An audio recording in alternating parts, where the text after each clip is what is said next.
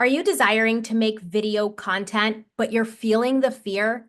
Maybe you want to make your video content better by improving your confidence on camera. Well, in this video, I'm going to share with you the 10 strategies I used to work through my stutter, not only to develop confidence speaking on camera, but also live in front of an audience with hundreds of people. My stutter was so bad that I couldn't even say my own name. You know, in elementary school where the teacher calls on you to read out loud? Well, I was always the kid that was shrinking back in my seat, praying and hoping, don't pick me.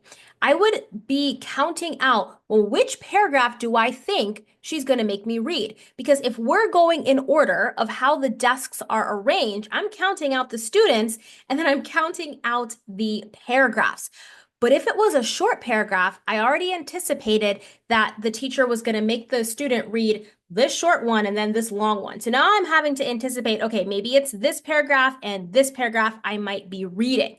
And so I'm attempting to prepare the words. I'm looking at it and I'm saying it in my mind. I'm not paying attention to anything else going on. I'm attempting to prepare because what I realized is that I had so much difficulty initiating the sentence. The first part of the word is where I would get tripped up. Not that the rest of the words would all flow, but I used to feel like once I get myself going, things generally picked up some kind of momentum.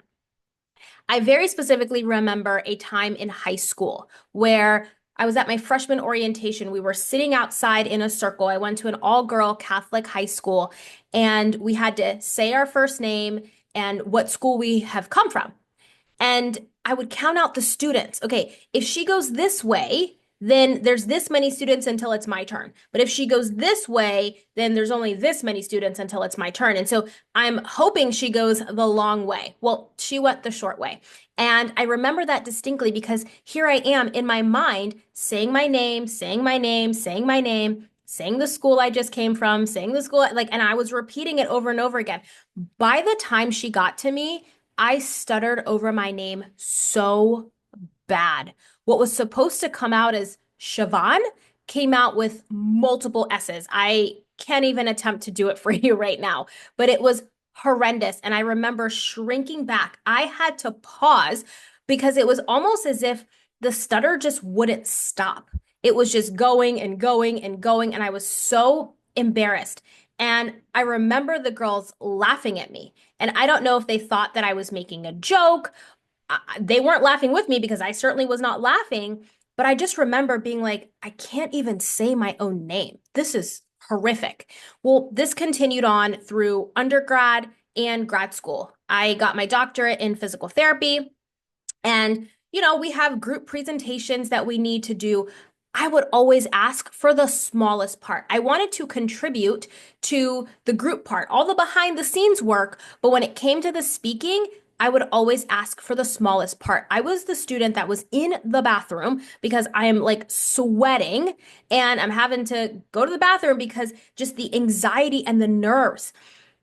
What I noticed is that it was just such a feeling in my body that it would just take over.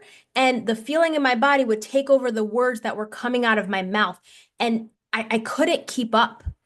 Just nothing was clicking. And everything I tried to slow down my speech and think before I say something, just nothing seemed to work. I kept tripping up on my words.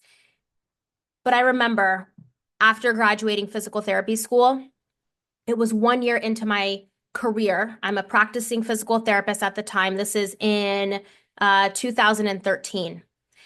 And I was like, this cannot be my life. I literally woke up thinking that God placed such a big purpose on my heart. He gave me a feeling as a child on how I'm supposed to feel when I'm doing work in this world and serving people.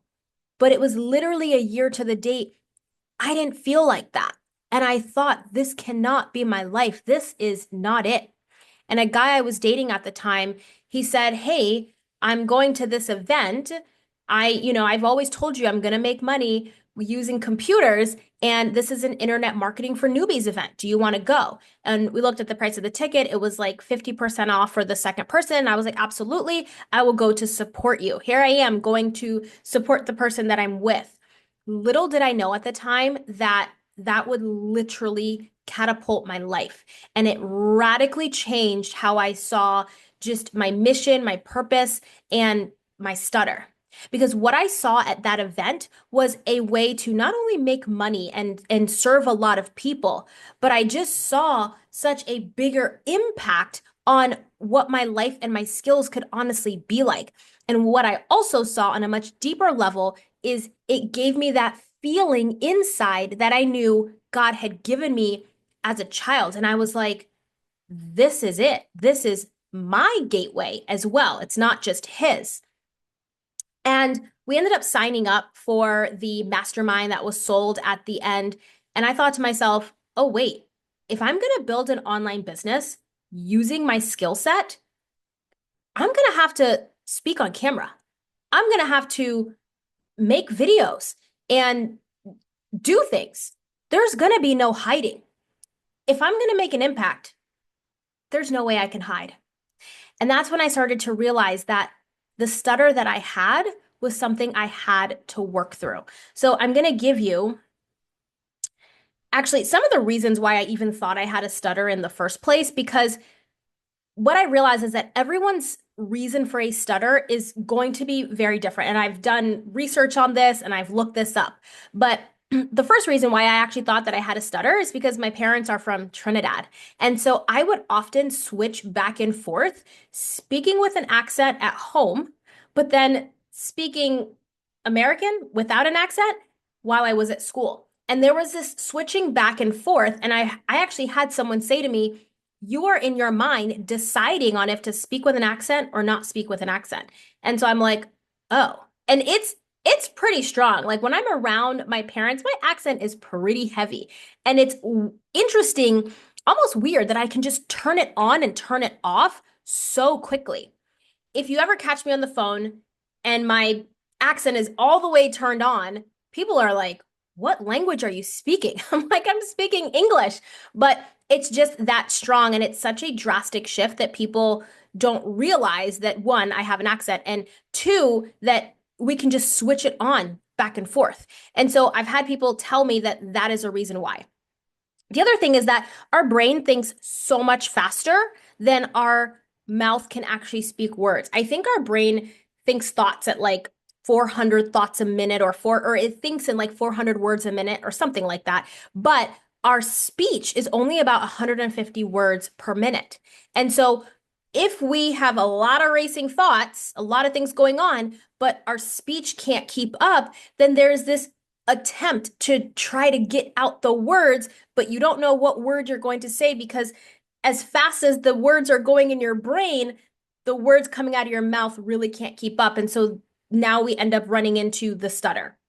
Now, there's also a really huge neurological component of having a stutter that can happen during our developmental stages. Now, I've asked my mom, but I did not have any in utero complications or anything like that, or she didn't have any in utero complications. So, I don't know, could there be a developmental thing? Possibly. What I did know was that whatever the reason, it wasn't going to stop me. The other thing about this is anxiety and stress.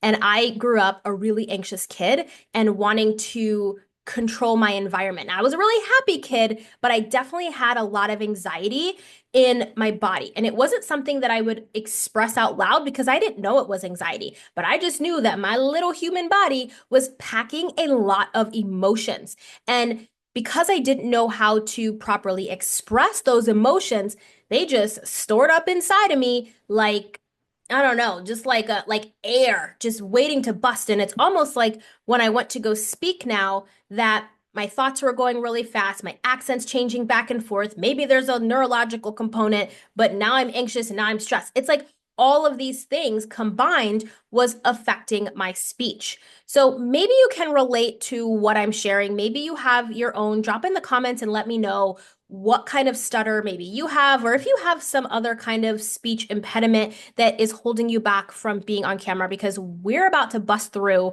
how to overcome that so you can get your content out into the world. So I'm going to give you 10 things that I started doing. Let me just say, these 10 things are in no particular order. When I was prepping for this video, I was really thinking about, okay, what have I done? But also, what do I continue to do now that is still a practice for me? And it's not something that have ever left me. I don't feel like I've completely like overcome it 1001%. There is still a stutter that I will say. There is still my mind is going faster than my words can keep up. And there is still some hesitation at times with my words, but I often can catch it. And then I realize, well, what tension am I holding in my body? And the moment I'm able to improve the tension in my body, which I will get into here, then my words come out better. So I don't have any fear of speaking to the camera. Obviously, here I am on my YouTube channel. And what I found was so interesting is when I did launch my very first business back in 2014, it was actually a YouTube channel. So I have another YouTube channel that is all about fitness and helping older adults because that is the business that I was in as a physical therapist. And I remember thinking to myself, there is no way I'm going to make a YouTube video and speak on camera. But I did. And some of my videos, now this is like 8, 9 years ago, some of my videos have over like 50,000 views. And so I'm in a completely different space right now. And so what you'll notice is the topic that you might be talking about can be more free and fluid depending on the topic, right? And so that can also create a stutter. But I'm getting ahead of myself. Let me dive into what I started doing. The first thing is I consciously focused on each word coming out of my mouth. Now, I'm not saying that I started to speak really, really, really slowly so that I can focus on my words. What I am saying is that I can think about, well, what word is coming next? I don't have a vision of the word, but mentally, I have been able to slow down my thought process so that way my words are coming out one word at a time. As my words are coming out one word at a time, now I can be more conscious and more deliberate with my words. Number 2 is I spoke slower, more deliberate, and intentional. So that is really important when we are wanting to develop confidence on camera because we want to have intentionality and a level of deliberateness when we are speaking, because when we are that way, now we're actually projecting confidence from our body onto the screen so that the person on the other side can feel us, not just hear us. Because we know many times we can hear a person speak, but we can feel like maybe they're a bit shaky. Or sometimes we can hear a person speak and we're like so sucked in, we're like, wow, they just exude a level of confidence. And so when we're more deliberate, when we're more intentional, now we're actually creating the feeling that we want the other person to have. When we're deliberate and when we're intentional, our body gets involved. And when our body gets involved, now we're also projecting that level of confidence through the screen. Number 3, I practiced singing my words. Here's what's funny. I looked this up and we don't stutter when we sing. And I thought that was such an interesting thought. And so I started practicing singing. And so I would prepare, let's say when I had my YouTube channel for my fitness exercise business, I would write out my script on what I was going to say. And then I would look at it, but I would sing it. And in singing it, it actually allowed my body to relax. It allowed my body to calm down enough that I could see the words coming out of my mouth rather than just feeling into how fast my thoughts were going. And so practice singing my words. I also practiced, even if I didn't script it, I would practice speaking in a singing way. even if it was not scripted out, because I realized that it allowed me to relax and my words would just flow. And I was able to kind of say things that maybe I didn't think about saying, but it would naturally come out because there was a natural flow. Number four is I made a Facebook group just for myself. So on Facebook, I made a group that was just for me. It was only me that was inside of this group, and I would practice going live because no one else was there. But what I was doing is I was recreating the scene in which I was just on video, but also kind of pretended that I had given myself an audience. Because we know what it's like when we see that red button up top that says record, or we see that live button up top that's like, oh my gosh, somebody could jump on. And so inside of this Facebook group, I would practice going live. I would practice even if I had messed up, even if I had stuttered, I would just practice continuing to keep going. I was a figure skater. Growing up, I was a competitive skater. And one of the things that my coach used to always tell me is if you mess up, keep going. Don't stop in the middle of your program and go, oh, right? So if you mess up, you just keep going as if nothing happened. Because here's the thing, most people don't even realize that that was a mess up. Most people aren't even hearing the potential stutter. Now, they might hear it, but they're not so zoned in into you stuttering that they're like, wow, this person's really bad. We have such a critical viewpoint of ourselves, way more than other people are actually criticizing us. We're always going to be our own worst critic. And yeah, we'll have haters and people will say things, but no one really criticizes ourselves more than ourselves. And so inside of this Facebook group, when I put myself in that mode of always showing up, being live, and I would go live every single day, sometimes multiple times per day, or just back to back to back to back. Because what I was doing was just training myself to hit record, but I was training myself to keep going even if I stuttered. I would practice with a script, I'd practice without a script, and I would just have it in my mind that, okay, people are going to be watching me. I might see somebody pop onto the screen, right? Like I just tried to simulate the exact environment of recording. Okay, number five is I stood up and talked to the cushions on my couch. Yes, I did. I literally would put my pillows on the couch as if they were people, and I would stand with my note cards or stand with a, piece of paper in my hand, and I would practice looking down and then looking up and then looking down and looking up. And then other times I would remove the note cards, remove the piece of paper, and just speak to my cushions.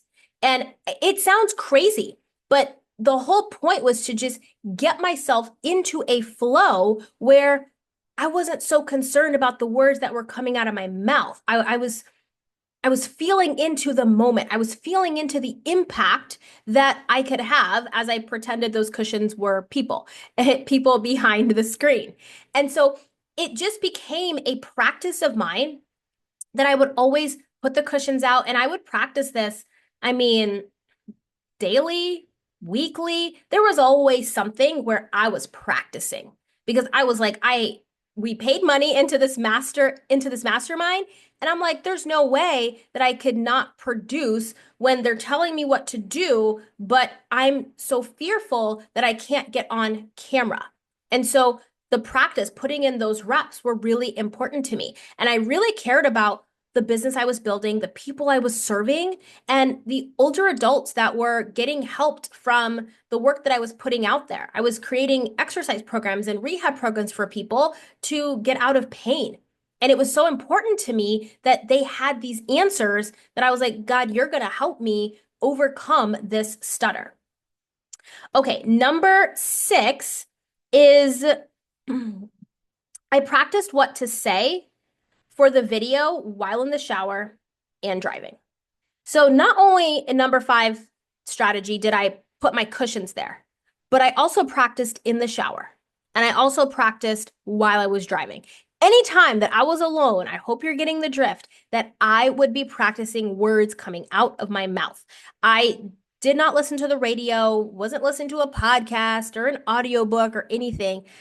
I was practicing because this was so important to me. And it was so embarrassing to show up and keep stuttering over every two words because there was nervousness and there was fear. And here's the thing, God does not give us a spirit of fear. So I knew, well, I should say, I didn't know back then, but I know now as I was working through that, I knew that this isn't right. Like God gave me a feeling in my heart that I'm supposed to serve a lot of people. There's no way that I can serve a lot of people with this stutter or let this stutter hold me back. Even if I did never overcome this stutter, could I still be brave and courageous enough to stand in front of a bunch of people or be on camera with no one in front of me? Okay. But knowing that people are going to watch, it was so important to me. It was such a conviction in my spirit that this was the path and that this was the challenge or the first hurdle, if you will, that I had to overcome. Number 7 is I use talking to my patients as practice. So when I was treating patients in the clinic, I would kind of put my, like, I'm on camera hat on, and I would almost pretend like I'm giving a presentation or I am educating in front of a number of people, not just that one patient. And I never made that patient feel like I was like too prepper and it wasn't casual with them, but I almost had a level of intentionality in my words and how I was educating the patient in front of me, but always imagined that there were people like listening and looking on and also receiving what I was saying. So I used my work environment at the time to practice my words, to practice my speaking. So maybe you give talks or speeches at a meeting or you're conversing with a lot of people at work, use that environment to practice your words. Anytime I'm speaking to a person, I didn't just treat it as a casual like speak. Even when I was talking to my friends, and I wasn't robotic, it wasn't like that. It was just more so I'm intentional about what I'm doing. Every step of the way was creating levels of intentionality around how I was speaking. Number 8 is diaphragmatic breathing. I use this to decrease my anxiety so that way I can increase the capacity of my lungs to take in air. Because what tends to happen is when we have anxiety, our thoughts are going really fast. Our words are trying to keep up because our body is feeling so anxious. And the state that we are in almost feels like we're shook, feels like we're kind of shaken. And so our words can try to keep up with that feeling of anxiety, which makes us feel like we're on a hamster wheel. And now it's like we're just stumbling over all of our words because we got no air inside of our body. So I use diaphragmatic breathing to improve my capacity to be able to hold more air in my lungs and also to reduce my levels of anxiety. Now, I would often do this before turning the camera on, and it's still something I do to this day. So before this video, I actually sat here and I diaphragmatically breathe. And what I do is I put one hand over my chest, one hand over my belly, and I take a big inhale, but I inhale through my belly. A lot of people, this is my physical therapy brain being turned on for you all right now. A lot of people have a tendency to increase their breath by going like this, becoming a chest breather. But that's actually making it worse. And so when I had one hand over my chest, one hand over my belly, what I'm doing is I'm practicing increasing my expansion of my belly. So it looks kind of like this.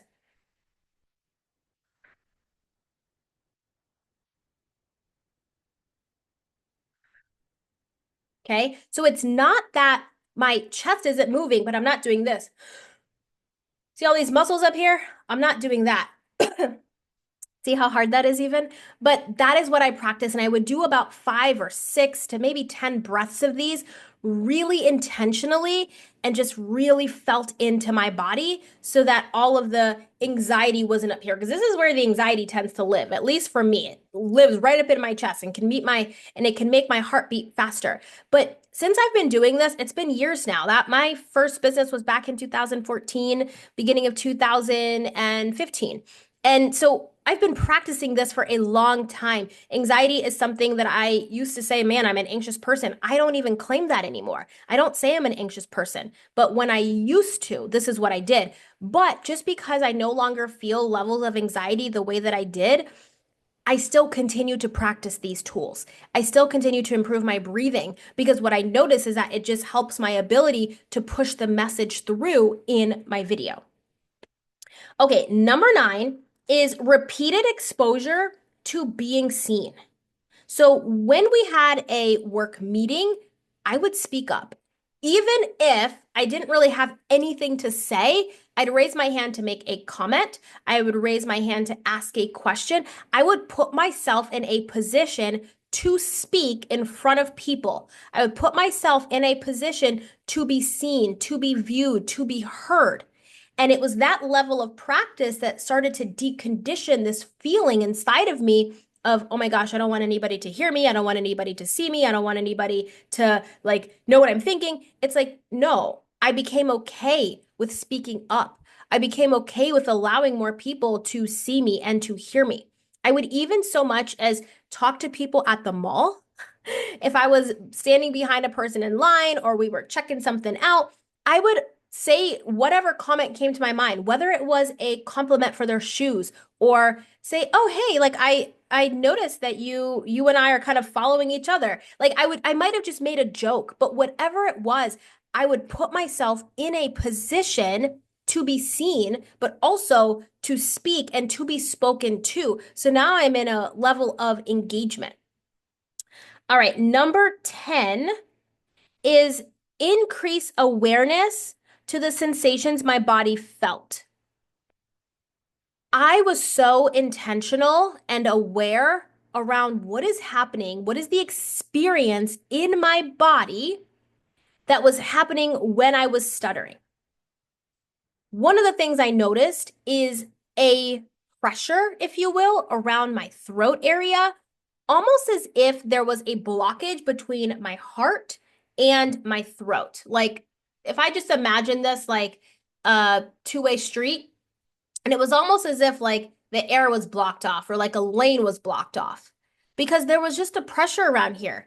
And so I became very aware that that was there. And that's when I started doing my breathing. And I would just kind of ask myself, like, why is that there? What am I afraid of right now? What am I afraid of that if I were to speak, what's going to happen? What are people going to say?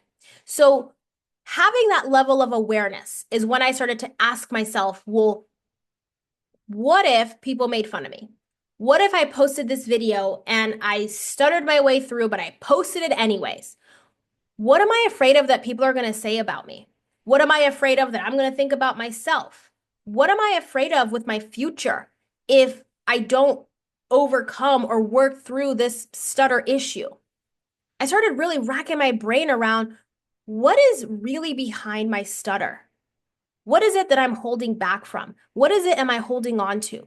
And a lot of that was just a fear of being judged, a fear of being criticized, just a fear of people not liking me, a lot of fears. And so all of that turned into a stifling of my voice, not speaking up. And if we have learned as kids to not speak up, if we have learned as kids to silence ourselves, then when it comes time to build our business and create video content, that's the sensation that is actually being stored and held in our body. And so even though our brain is going and our words are coming out, our body is telling a completely different story. Our body is telling a story of it is not safe for us to speak up. It is not safe for us to put ourselves out there. It is not safe for us to be seen. It is not safe for us to be heard. Nobody even wants to hear you. All of these stories create emotions and feelings and sensations in our body that we're holding on to. And so another thing that I used to do was besides breathing is like I would shake. I would just shake my hands, I kind of wiggle my body, and I would just kind of get myself moving. Now, if I were ever going to speak live in front of an audience, whether I'm at a meeting or something, or when I was in my network marketing company a little bit more actively and we would do meetings, I would shake. I would breathe and I would shake and I would like get it out. I would allow my body to be restored. I would allow my body to hold on and adapt to a different experience. You know, when I came home and I remember telling my dad about how great of an event this was, and like I got to overcome my stutter because this thing is going to be big, right? My dad bought me this book. He went to the store and he bought me this book by Valerie Burton. It's Successful Women Speak Differently: 9 Habits That Build Confidence, Courage, and Influence. And I thought, wow, what level of support. I am blessed to have amazing parents who support me and a dad who just took such initiative to provide in my own journey. And so I just wanted to read this one thing. It's on page 33 of this book. I will link it for you in the description box, but it's so, so, so good. But it's the first habit. And the first habit is sound like a success. Your pattern of speech can predict the likelihood of your success. And when I understood this, I thought to myself, I have no choice but to overcome this because my message is too important for people to not hear me. Not because it's about me, but because I'm going through a transformation right now that is going to serve people. And these were my thoughts back in 2014, 2015. And so even though I had my exercise and fitness business, I was like, my message is too important for these older adults. They have to know that exercise is important. They have to know that they don't have to be bound by what their doctor is telling them. The message was too important. Same thing now as I have pivoted in my entrepreneurial journey. The message is too important. Your message is too important. Not because it's about you, not because it's about me, but because God has placed you and me on an assignment to service our people. And these challenges, if you will, are actually a classroom that is deepening our faith, strengthening our character, developing our discipline so that we can service our people and not only be a person who can create success, but a person who can also sustain the success when we get there. How many people do we see that creates the success, but then they fall back down? Or they create success really, really fast and then still fall back down. Why? Because they probably didn't have the same level of challenges or became the person along the way with the level of faith, with the amount of discipline and the kind of character that's needed to sustain something. Because we can get something, but sustaining it is a different ballgame. That requires us to become a person, become a certain kind of person that can sustain that. And so I know if you're watching this video that you are somebody with a deep and powerful message that is meant to move the masses and create a movement with your words. And so I invite you into doing these 10 strategies, some, or all of them. I have done all. I still do all. I still practice. Some I do more than others. But as we up our speaking game, as we up our presence online for people to continuously hear our message, you want to consistently deepen yourself in your craft and practice the essentials of the skill set that is needed in order for you to become the kind of person that creates the level of success that you desire because God desires it for you. I trust that this video serves you and blesses you. Share this with a friend who you know is also wanting to develop some confidence on camera, and I will see you all in another video. Bye.